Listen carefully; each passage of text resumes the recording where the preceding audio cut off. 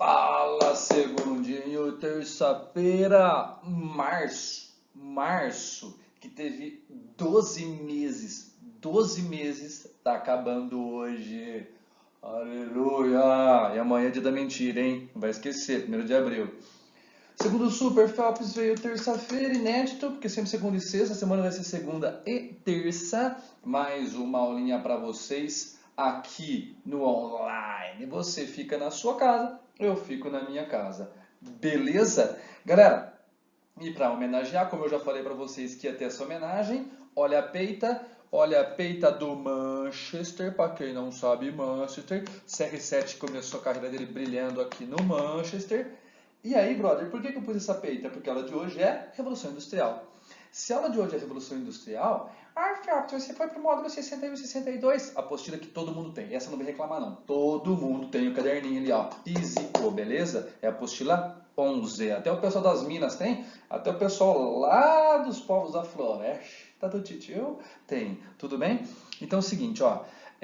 Eu não vou dar o módulo 60 porque eu já dei, entendeu? Como assim? O módulo 60 é crise do sistema colonial. Conjura mineira, conjura baiana, basicamente. A colônia desmontando. Então fica sussa, relaxado, que já foi dado esse módulo por isso. Módulo 61, 62. Easy, easy, easy, tá bom? Então, brother, para começar agora, o título é Revolução Industrial e vamos nessa pedreira para você. Quando eu falo de Revolução Industrial, basicamente o que eu tenho para vocês? Deu um delay. Então, ó, primeiro entender aonde que ela aconteceu. Inicialmente, a peita em homenagem ao Manchester, porque ela aconteceu na Inglaterra. Beleza? Duas grandes cidades que tiveram essa estruturação da Revolução Industrial, Manchester e Londres. Ok, ok, ok. Esse aqui é o Manchester United, não é o City não. O City é coisa de juvenil. Esse aqui é o raiz meninão United. Então, ó, quando eu penso na Revolução Industrial sendo no berço da Inglaterra, primeiro por que ela aconteceu? Fechou? Então eu tenho alguns fatores que levam a esse pioneirismo. Pioneirismo o que é? Quem fez primeiro. Legal? Então a primeira coisa para fazer indústria tem que ter grana. Então durante muito tempo, mais ou menos 200 anos, a Inglaterra foi acumulando capital para fazer a Revolução Industrial. E eu falei muito disso para vocês quando eu falei de mineração, lembra? Tratado de Methuen.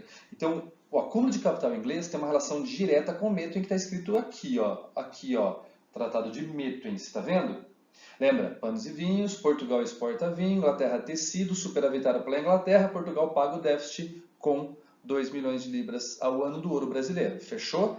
Então a Inglaterra guarda essa grana para fazer tecnologia e desenvolver a indústria. Mas tem mais algum fator fora essa grana que vem de meio? Tem, lógico que tem. Lógico que tem. Qual? Vamos lá. Primeiro, a Inglaterra é uma zona de livre comércio. A Inglaterra é um lugar onde todo mundo parava para fazer troca de produtos. Uma região portuária, então uma região mercantil clássica, isso desde o século XVI. Depois, no século XVII, a Inglaterra abriu a UIR. O que é isso? Companhia das Índias Orientais. Para quem gosta de datas, menina aí da frente, 1621, se eu não me engano, foi a data da criação da Companhia das Índias Orientais. O que fez isso? A Inglaterra criou uma empresa com capital inglês e capital privado. Essa empresa faz troca de produtos no contexto da expansão marítima, controla, por exemplo, os portos escravos na África, controla os portos de comércio de Portugal lá nas Índias, beleza? Lá em Calicut. Nossa, calor! Se a Inglaterra faz parte desse comércio, acumulou capital também? Sim, então acumulou capital com o livre comércio, acumulou capital com a UIR, acumulou capital com o Tratado de Methuen. Soma tudo isso, os ingleses têm uma burguesia muito sólida, guardaram muito dinheiro. Beleza? Então, se vocês guardaram dinheiro, agora eu tenho que pensar o seguinte, tenho capital, primeiro fator do pioneirismo. Segundo fator, população. Como que eu vou ter uma população que vai ser capaz de produzir? Eu tenho que ter gente para trabalhar. Por isso que é importante que as pessoas sobrevivam. Porque se eu não tiver gente para trabalhar, pega a dica. Se eu não tiver gente para trabalhar, a economia não se recupera. Fica a dica? Então tá bom. Aí, brother, viu, Zé? Para você. Então, brother, se eu pego a estrutura das fazendas na Inglaterra, então lembra lá, fazendas, a população morava no campo, transição feudo-moderna, difícil, devagarinho o processo de urbanização, né? Onde que as pessoas moravam? No cantinho da fazenda. Então tem a fazenda aqui, a fazenda aqui. Aí, brother, nesse cantinho aqui morava um cara que tinha uma autorização do dono da fazenda para morar lá e produzir lá. que o dono da fazenda fez? Cercou a fazenda, cercamentos, eu já expliquei isso para vocês. O que é cercamento? Cerca, sabe cerca, moirão, arame, cerca. O pessoal das Minas Gerais sabe o que é cerca. Cerca é o que você delimita uma fazenda. Para que serve cerca? Delimitar as terras da minha propriedade. E o mais importante, quando eu produzia, uma das coisas que eu produzia muito na Inglaterra, além do algodão, era a produção de ovelhas, para fazer lã, beleza? Na hora que eu pus a cerca, eu não preciso mais de um cara que cuida das ovelhas. Sabe pastor de ovelha? Manja aquele cara que fica lá pastoreando, fica cuidando da ovelha? Por exemplo, ó, lembra quando você não assistiu, você assistiu Warner? Lembra daquele desenho que tinha como é que era? O coiote que queria comer as ovelhinhas? E tinha um cachorrão que cuidava? Então, tinha alguém que ficava cuidando das ovelhinhas para o coiote não comer. Então, na hora que eu pus cerca, a ovelhinha não foge mais, a Dolly não foge mais. Se a Dolly não foge mais, esse empregado tá aí sem função nenhuma. O que eu faço com um empregado sem função? Demito ele. Beleza, então o que aconteceu? Ó, cerquei a fazenda e demiti o empregado, ele sai da fazenda, vai morar na cidade. Beleza? Êxodo rural. Ó, gente, na cidade para ser mão de obra para quê? Para quê? Nossa senhora, voou. Então, cercamento, ó. Tenho grana, tenho cercamento. Beleza? Legal. Então, essa população vem crescendo cada vez mais na cidade? Vem. Por quê? Porque com os cercamentos, aumentei produtividade no campo. Aumentei produtividade, medicina está começando a melhorar na cidade. Ó, grana, investir em faculdade, universidade, medicina, engenharia. O que está acontecendo? Gente sobrevivendo mais tempo. Então, as pessoas, às vezes, morrer com 30 anos, estão morrendo com 40. Tem mais gente na cidade. O que acontece? Muita gente precisando de trabalho. O preço do salário sobe ou desce? Desce. Quando tem muita gente procurando emprego, paga-se menos. Miséria. A Revolução Industrial, então, no início, está gerando uma miséria nas cidades. A população mora onde? É isso que vamos começar a trabalhar. Calma, calma, fica tranquilo. Eu vou falar tudo isso muito profundo. A população vai morar onde? Vai comer o quê? Quais vão ser as condições dessas pessoas? Beleza? É um tema muito importante quando se trata de revolução industrial. Então, ó, voltando, a Inglaterra foi pioneira por quê? Tem grana, o que mais que tem? Cercamentos, tem trabalhadores disponíveis e fontes de energia. O que é esse quarto elemento que são as... Ok. O que é esse quarto elemento? Que são as fontes de energia. Basicamente carvão. Como assim carvão, Phelps? A Inglaterra tinha muito carvão mineral. Não é carvão vegetal. OK, porque carvão vegetal não adianta. Esse carvão mineral, ele era disponível no território inglês, que você faz ele de combustível. Então, eu tenho um combustível fóssil. Vai, então, fatores fundamentais da Revolução Industrial Inglesa, cercamentos, grana, população, combustíveis fósseis. São os fatores fundamentais da Revolução Industrial Inglesa. Beleza, Orlândia? Orlândia! Como é que foi aí? Feriadão ontem, dia 30, aniversário da cidade. O que aconteceu? Nada. O que acontece em Orlândia? Nada. Tudo continua igual, beleza? Ou descobri que dá para aumentar a velocidade da sua internet, viu? Aumentei da minha. Agora, ó, copinho. Copinho esse é da Olimpíada. Quem foi? Quem foi na Olimpíada do Brasil? Eu fui. Vamos ver futebol. Então, brother, já que você entendeu por que a Inglaterra é pioneira, agora vamos para as etapas de desenvolvimento, porque já não nasce indústria pronta, não é? Vamos devagarinho fazendo um processo de crescimento. Por exemplo, Phelps, eu entendi. Você vai fazer faculdade, beleza? Engenharia, medicina, sei lá o que você quer fazer. Aí, ó, você já no primeiro ano de medicina você é médico? Óbvio que não. Tem que ir desenvolvendo toda uma estrutura de conhecimento para chegar lá, não é? Então tá bom. Primeira etapa, produção artesanal. O que é artesanato, velho? Artesanato é minha vida que fica lá fazendo um crochê. Pode ser, é artesanato também. Então, você percebeu que é feito com a mão? Percebeu? Então eu faço tudo. Para construir, por exemplo, um tecido, para fazer tecido, eu vou lá, pego o algodão, faço a linha, eu cruzo a linha para fazer o tecido. A produção artesanal existe desde a onde? Desde a transição moderna. Parou, não estou lembrando. Renascimento comercial, formação das corporações de ofício ou guildas, artesanal. A corporação de ofício era artesanal, faz com as mãos. Beleza? Depois nós vamos para a manufatura. O que é a manufatura? Também é feito com as mãos, só que são grandes oficinas. Detalhe, não tem máquinas. Olha nessa imagem aqui, ó. Olha nessa imagem aqui, percebeu que tem linha de produção? Eu tenho uma mesona, um monte de gente trabalhando, cada um faz uma etapa. Não tem máquinas, são só pessoas trabalhando, beleza? Já existe a ideia de linha de montagem, só que não existem máquinas. Por isso que quando eu falo de Brasil colonial, tem gente que fala em indústria do açúcar, porque fala que a moeda é uma máquina, eu não gosto. Prefiro que você fale em manufatura do açúcar, por exemplo. Fica a dica, beleza? Então, ó, e a terceira etapa, a produção mecanizada. Quando eu começo a colocar máquinas, depois que eu peguei aquela grana, investi em faculdade de engenharia e na faculdade nascem as máquinas. O que são essas máquinas? Grandes estruturas que substituem o trabalhador, beleza? Olha aqui, essa máquina em cima, uma das primeiras que surgiram. Que tipo de máquina foi essa, Phelps? Chama tear mecânico. O que o tear mecânico fazia? Transformava a linha do algodão ou da lã em tecido, beleza? Então, você substituiu um cara que ficava o dia inteiro mexendo numa maquinona assim que era manual, manufatura, por uma máquina que faz isso agora com pressão. Pressão do que? Vapor. Então, você pega o carvão, queima o carvão, carvão ferve a água gera vapor, coloca esse vapor em pressão e essa pressão vai gerar desenvolvimento de movimento uniformemente variado, segundo o Gui, ou movimento uniforme? Não faço ideia, mas é um dos dois. Fechou? Então você gera movimento. Agora, se você entendeu quando surgiu a máquina, surgiu a Revolução Industrial. Só que a Revolução Industrial ela tem várias fases. Primeira fase, em 1750, essa que eu acabei de te mostrar. Beleza? Só rolou na Inglaterra. Só rolou na Inglaterra. Só. Primeira fase da Revolução Industrial, Inglaterra. Ok, você entendeu? Você entendeu, Orlando? Você entendeu, Ziamba? Você entendeu, bonito? Bonito, que saudade de você, bonito. Como é que você tá, bonito? Tá tudo em paz aí nas Minas Gerais? Manda um salve para Araxá, Capim Alto, dessa altura, Araxá? Acho que é Araxá, né? Acho que é Araxá. Aô, bonito. Então, brother, quando eu penso em primeira Revolução Industrial, só aconteceu na Inglaterra. Basicamente, qual produto?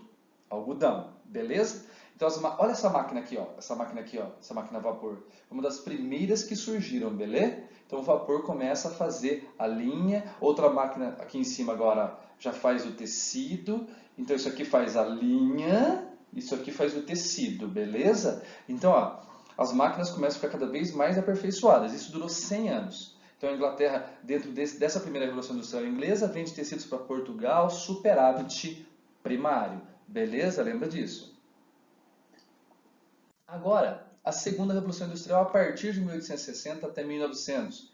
Então, ela vai sair da Inglaterra, vai para a Europa, vai para o Japão, vem para a América. Mas olha que louco, presta atenção nisso. A Inglaterra percebeu que precisava desenvolver cada vez mais a sua própria Revolução Industrial. Então, que as suas máquinas começaram a aperfeiçoar. Ela pega a máquina velha e começa a vender para a Europa. Então, enquanto a Inglaterra está chegando na segunda onda da Revolução Industrial, esses caras estão com a máquina da primeira Revolução Industrial. A Inglaterra produz mais, menor tempo, mais barato, domina o mercado. Por isso que eles ficaram gigantes. Beleza? Então, tá bom. Especificamente, a segunda Revolução Industrial, ela vai acontecer em quais territórios? Bélgica, que já tinha uma tradição de tecidos, desde lá do século XVI, lembra? Flandres, que agora é Bélgica.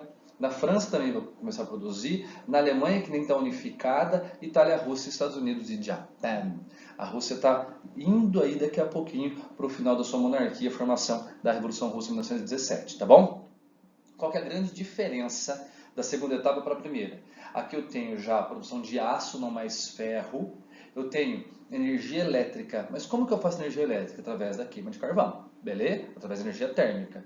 Uso carvão ainda? Uso, só que agora começa a falar em petróleo, porque começa a aparecer motor a explosão.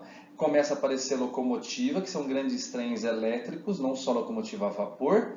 E indústria química, que a indústria química é fundamental para a criação de novos produtos. Eu não fico então limitado mais só à produção, por exemplo, de tecidos. Com a indústria química eu posso produzir outras coisas, posso produzir espuma, posso produzir refrigerante, indústria de alimentos. Easy, quanto maior a produção de alimento, maior população, tá? Então, segunda Revolução Industrial, ela saiu da... Então, são duas características da segunda Revolução Industrial. Saiu da Inglaterra e, além de ter saído da Inglaterra, ela tem novas bases de produtividade. Se aprender isso em geografia, não vou aprofundar. Terceira Revolução Industrial, agora já no século XX. O que acontece? Essas grandes indústrias se tornam conglomerados industriais e multinacionais. O que são multinacionais?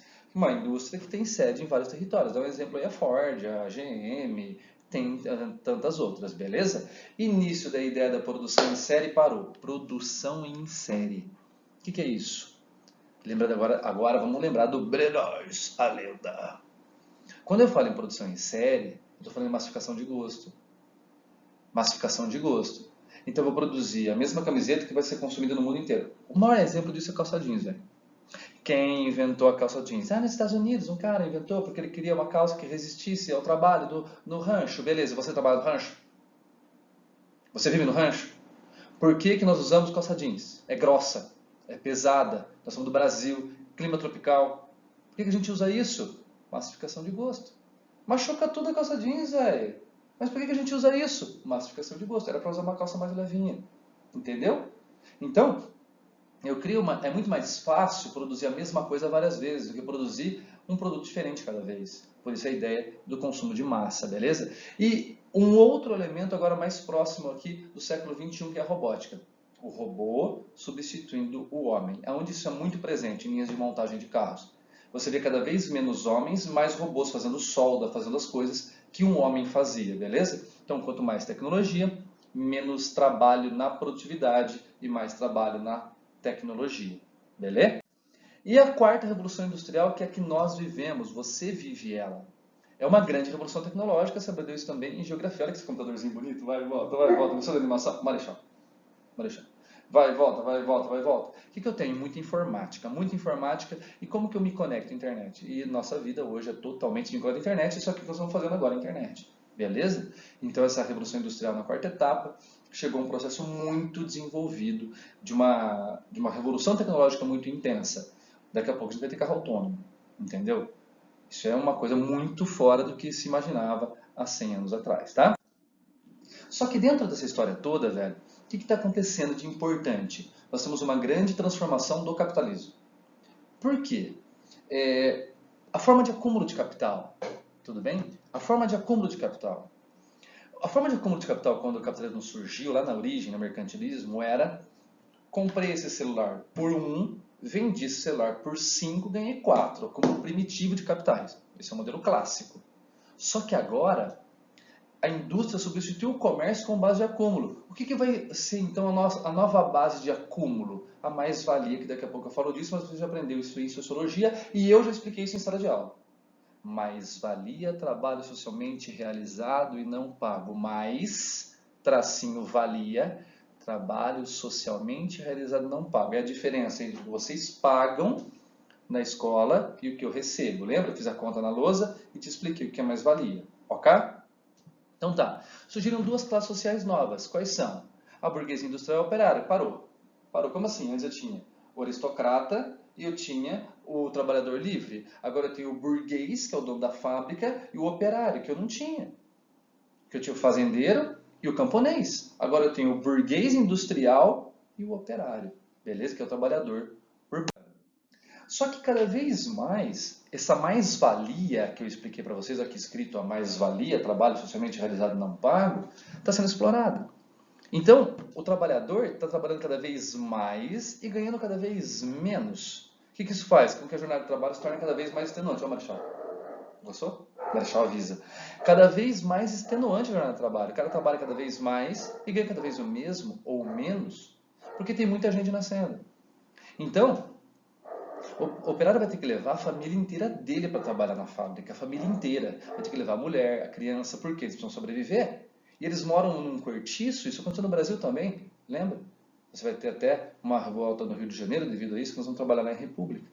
Então, se esses caras cada vez mais trabalham, cada vez mais são obrigados a levar a família inteira, tem muito acidente de trabalho, a situação está cada vez pior, e o trabalhador está sofrendo. As condições em Manchester eram horrorosas. Era submoradia, isso gerava uma série de doenças, isso gerava uma situação horrorosa. Isso é até o exercício da tarefa cobrando de vocês. Então tá bom. Só que dentro desse contexto, o que surgiu o movimento operário? O que é o movimento operário? Os trabalhadores percebem que eles estão sendo explorados ao limite e reagem. Dois grandes movimentos, esses têm que saber. Movimento ludita movimento ludita no seu caderno, você está anotando no caderno, tá? Ludita ou ludista, já vi dos dois jeitos. Pode ter o S no meio, pode não ter. O nome do cara que criou isso é Ned Ludi, com 2 Ds. Então, alguns falam movimento ludita, outro movimento ludista, tanto faz. O que é o movimento ludita ou ludista? Basicamente, eles pensam assim, ó. O problema é a máquina, velho. A máquina substituiu o trabalhador. Então colocaram uma máquina lá, tinha 10 empregos, agora tem um. O cara fica olhando para a máquina para não quebrar. Então, na hora que eu estou substituindo um emprego, o problema é a máquina, vamos quebrar a máquina. Então, por volta de 1811, eles começaram a quebrar a máquina, movimento de quebra-máquinas, entendeu? Exercício também de tarefa. Movimento de quebra-máquinas, movimento ludita ou ludista. Vamos quebrar a máquina e perceberam que isso não era a solução. Movimento cartista. Agora já é uma outra ideia. Qual que é a ideia? Eu quero ter direito a voto. Por que na Inglaterra direito a voto? Se os operários tivessem direito a voto, eles iam escolher operários para estarem dentro da Câmara dos Lordes e Câmara dos Comuns. Eles iam conseguir fazer leis para os operários, entendeu? Por isso, a ideia do movimento cartista era importante para eles. É uma ideia de politização da classe operária. E também a criação dos sindicatos de operários. O que é o sindicato? O sindicato é uma associação de classe. Como assim associação de classe? Eu, professor Phelps, beleza? Se eu quero pedir alguma coisa para o Chain, eu sou vulnerável. Imagina eu chegar para o Chain e falar assim, Chain, eu quero salário melhor. Mandei embora, contrata outro cara e põe no lugar. Não é assim? Mas imagina se todos os trabalhadores ao mesmo tempo se unissem numa associação que cobrasse de forma coletiva. Imagina o Vlad, conhece o Vlad? Chegando para o Chain e falando assim, Chain, é o seguinte, ou você paga melhor para todo mundo, ninguém vai trabalhar. Percebeu como todos unidos são mais fortes, porque o Chain depende do meu trabalho? Então, basicamente, a Trade Union é um sindicato de operário que quer melhores condições de trabalho, limitação do trabalho infantil e feminino, direito de greve e direito de controlar a jornada de trabalho para 8 horas por dia. Porque antes era assim, o cara chega para trabalhar, que você tem que fazer X. Se X demorasse 20 horas, era 20 horas de trabalho. Se X demorasse 8 horas, era 8 horas de trabalho. Então, eles querem regular pelo tempo, não pela necessidade de trabalho só. Beleza? E aí, brother? E aí, o que esse progresso do desenvolvimento industrial trouxe de transformações? Alguns impactos. Cidades cresceram, Manchester cresceu pra caramba, Londres cresceu pra caramba, e a divisão do trabalho, filme, tempos modernos. Ah, mas tempos modernos é chato, mas você vai entender a alienação do trabalhador. O trabalhador ele não se sente parte do produto, e é isso que isso é marxismo puro, tá? E é isso que o chefe quer fazer. O trabalhador da Ford, ele não tem que olhar para o carro da Ford e falar assim, quem fez aquele carro foi eu. Porque ele faz só um pedaço muito pequeno, entendeu? Então ele não tem que entender que ele faz parte do processo produtivo. Ele acha que ele é descartável. O patrão quer que o empregado saiba que ele é descartável, entendeu? Olha a Ferrari que diferente. Orlando, você que tem Ferrari, explica para eles. Na Ferrari os engenheiros têm assinatura, tem o nome do engenheiro no motor. Tem uma plaquinha lá com o nome de todos os engenheiros que participaram da produção. Você fala que ele é parte daquilo, entendeu? Então, quando você aliena o trabalhador, ele não sabe produzir o carro inteiro. Então, nunca um trabalhador da Ford vai sair da Ford e vai fazer uma fábrica de carro, porque ele só sabe fazer, apertar um parafuso do motor. Ele não sabe fazer o carro inteiro. Isso é alienação do trabalho. Beleza? E a produção em série, com a ideia da massificação do gosto. Isso vai transformar até a sociologia, que daqui a pouco eu explico para vocês. Essa massificação do gosto tem a ver com o quê? Escola de Frankfurt, lembra? Então, cria padrões. Beleza, beleza. O que mais que eu tenho de impactos da Revolução Industrial? Transportes mudaram. O navio a vapor é muito mais rápido que o navio a vela. Locomotiva é muito mais rápido que o trem anterior. O telégrafo agora troca informações de uma maneira muito mais dinâmica. Surge o telefone com o Grambel. As pessoas falam, você usa o telefone hoje, você usa menos, mas usa o áudio do WhatsApp. Beleza? E o automóvel? O automóvel aí com Henry Ford, início da linha de produção por volta de 1903. O Ford, quando cria um automóvel que é o Ford T, ele cria um padrão em que todo mundo usa esse padrão. Beleza? A linha de produção faz parte do processo. Então, brother, espero que você tenha entendido todo o processo da primeira Revolução Industrial, da segunda Revolução Industrial, e é um tema bem tranquilo para vocês, que vocês já viram também em geografia. É para fazer toda a tarefa indicada, porque você tem meia hora para isso. Até a próxima aula. Beijo, me liga, os menininhos, menininha. Deus proteja o seu rolê, respeitando a quarentena. Se cuida aí, cuida dos seus, que eu tô aqui cuidando dos meus. Grande abraço, valeu demais!